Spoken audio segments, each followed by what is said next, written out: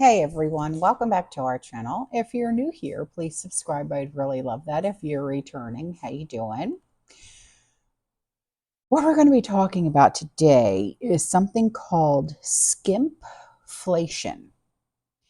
And this skimpflation has hit our grocery stores amid rising inflation. It's just one thing right after another, isn't it? So, on top of food inflation and shrinkflation, we have another problem on the rise, and that would be a little devil called skimpflation.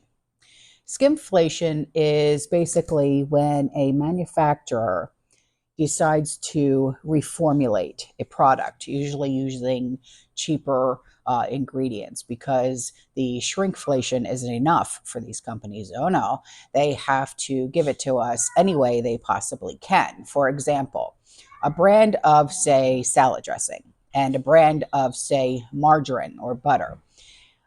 They reduced the amount of oil in both of these products. Both items added water and salt as a supplement because, gee, thanks, I needed more salt in my diet. So, between increasing stock prices, shrinking the product size, and offering less quantity, swapping ingredients is another way for companies to manage cost because they're not making enough money off of us by not just shrinking the product size down, but also raising the product or the prices. So, good call, jackass. So, we could blame the climbing cost of raw materials, then labor, and transportation of goods. But in my mind, I'm going to blame the fact that they need to continue to line the pockets of the people that run these companies. Manufacturers are being pressed because of inflation to cut cost. And one way to cut cost is to put less expensive ingredients in products. There may be more products that could be altered by manufacturers, but consumers were not going to be aware because it's difficult to detect. We don't know the recipes of these products, the actual recipes of these products. We don't know the formula. Have you ever tried to read the ingredients on the label of the products that we're buying? I can't even pronounce some of the words that are on these labels. Did you know that blueberry bagels at Costco don't actually contain blueberries? Okay, the ingredients listed are flour, water, sugar, imitation blueberries, which it said sugar, corn syrup, corn cereal, corn starch, palm oil, artificial flavor, and 3 food colorings: brilliant blue, FCF, allura red, fast green, FCF. Excuse me?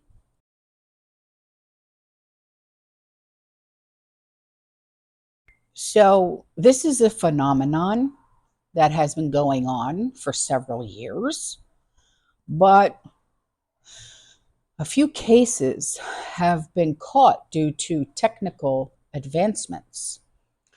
It's more difficult for companies to get away with skimpflation because when we're shopping, people take pictures.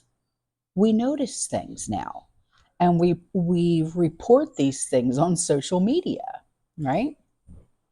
Unless you take pictures and you have a really good memory, you're not going to notice these things. We won't know the difference. With the cost of, say, cocoa, okay, continuing decline, Quaker, Quaker Dip granola bar, they swapped milk chocolate to chocolatey coating using palm oil and modified milk ingredients.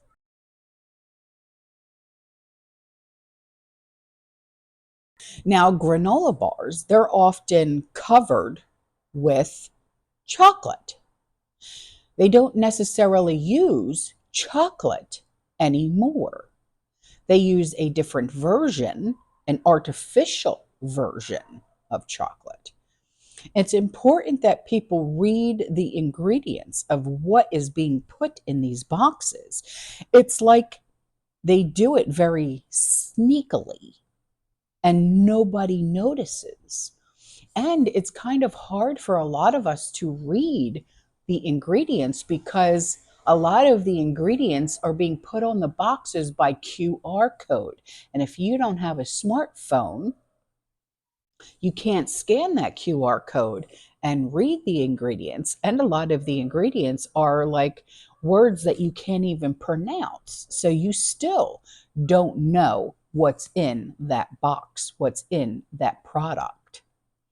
So skimpflation cases could increase with a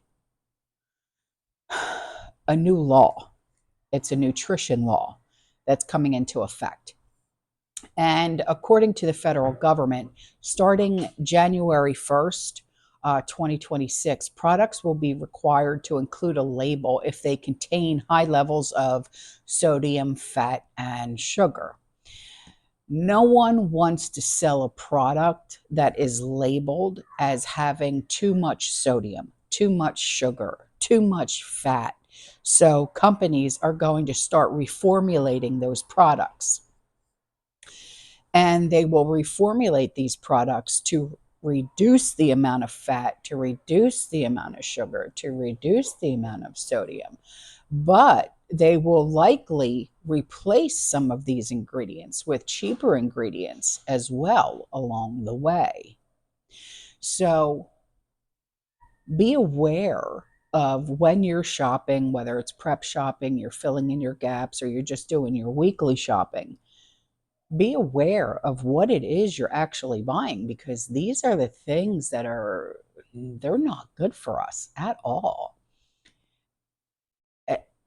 And a lot of this stuff is actually chemicals. So you really got to be careful, especially if we're buying granola bars with a substance and we're giving it to our little nuggets. You know what I mean? All right, guys, I'm out of here. I'll see you in the next one. You stay safe, you stay positive, you keep prepping. And as always, fearless. Ciao.